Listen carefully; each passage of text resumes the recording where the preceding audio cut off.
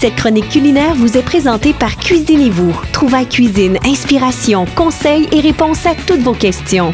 Cuisinez-vous, 709 rue Saint-Thomas, Joliette. Oui, certainement, on retrouve Yoann Giroir au bout du fil. Salut, Yoann. Bon matin, Sylvain, tu vas bien? Oui, et toi? Très bien, je te remercie. Des truffes aztèques aphrodisiaques ce matin? Oui, une recette de Philippe Valladares. Oui, période des fêtes, on pense chocolat, on pense cadeau d'hôtesse, truffes, et puis un peu de peps avec un petit côté aphrodisiaque, ça fait pas de mal en fin d'année. Je sais pas ce que tu en penses, mais ça peut être sympathique. Ben, certain. Donc des petites truffes, mais on va les pimper avec des petites épices qui va stimuler un petit peu le côté fondant et le côté moelleux et le côté amoureux. Donc on y va avec 500 grammes de chocolat de couverture noire haché, donc au moins je te dirais 50% de matière grasse de cacao, 500 ml de crème épaisse, 35% donc de matière grasse, donc de la crème qui a du corps, parce que c'est avec ça qu'on va faire notre ganache, 200 grammes de chocolat à cuire pour tout simplement faire nos ganaches. Donc et puis pour les variantes aromatiques, pour pimper un petit peu ces truffes, tu vas y aller soit avec du gingembre, du poivre rose, des pétales d'hibiscus, d'anis étoilé. Tu pourrais même mettre un peu de piment d'Espelette ou vraiment en fonction de ce que tu veux. C'est vraiment pour donner une petite couleur à cette petite ganache qui va vraiment être intéressante. Donc tu vas faire fondre ton chocolat à cuire au bain-marie, en remuant à l'occasion pour que ce soit bien uniforme. Tu vas retirer du feu.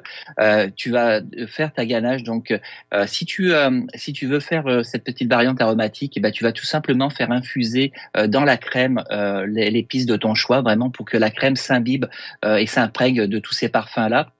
Donc tu vas tout simplement faire chauffer ta crème, mettre ta palette aromatique, retirer du feu, mettre un film transparent dessus, puis laisser infuser quelques heures vraiment pour que la crème.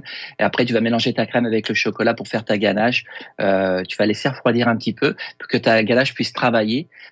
Et puis quand tu vas travailler ta ganache, tu vas pouvoir la rouler 1 à 2 fois dans le chocolat de couverture, vraiment pour qu'on ait une coque. On la veut, tu sais, ferme, mais cassante, croustillante. Tu veux pas quelque chose de trop épais, donc vraiment tout en délicatesse.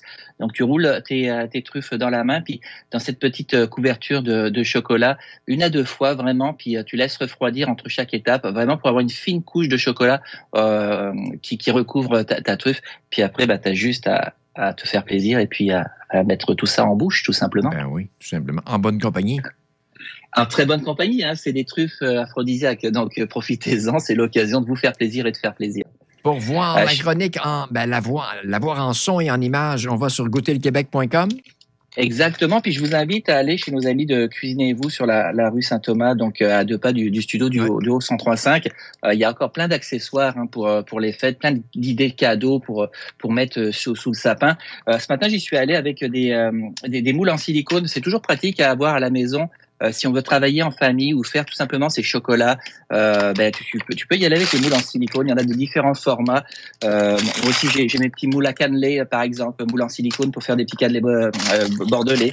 Donc, plein de petites moules en silicone pour faire vos chocolats.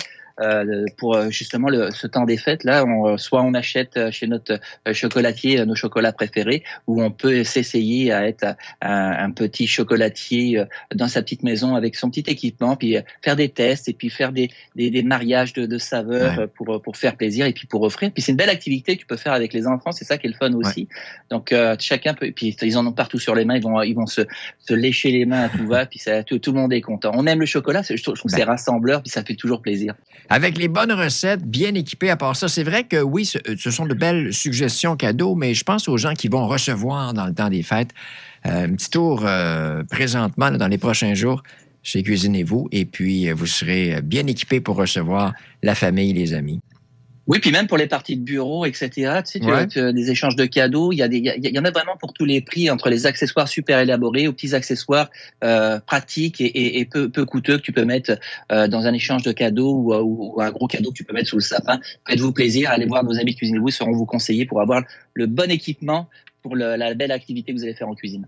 Merci, mon cher. On se reparle la semaine prochaine. Nous serons à 10 jours de Noël. Aïe, on aime ça se rapproche. Ça marche. Bonne journée. À la semaine prochaine. Salut, bye bye. Bye. Cette chronique culinaire vous a été présentée par Cuisinez-vous, une magnifique et grande boutique vous offrant plus de 15 000 produits avec toujours le meilleur rapport qualité-prix. Cuisinez-vous à Joliette au 709 rue Saint-Thomas.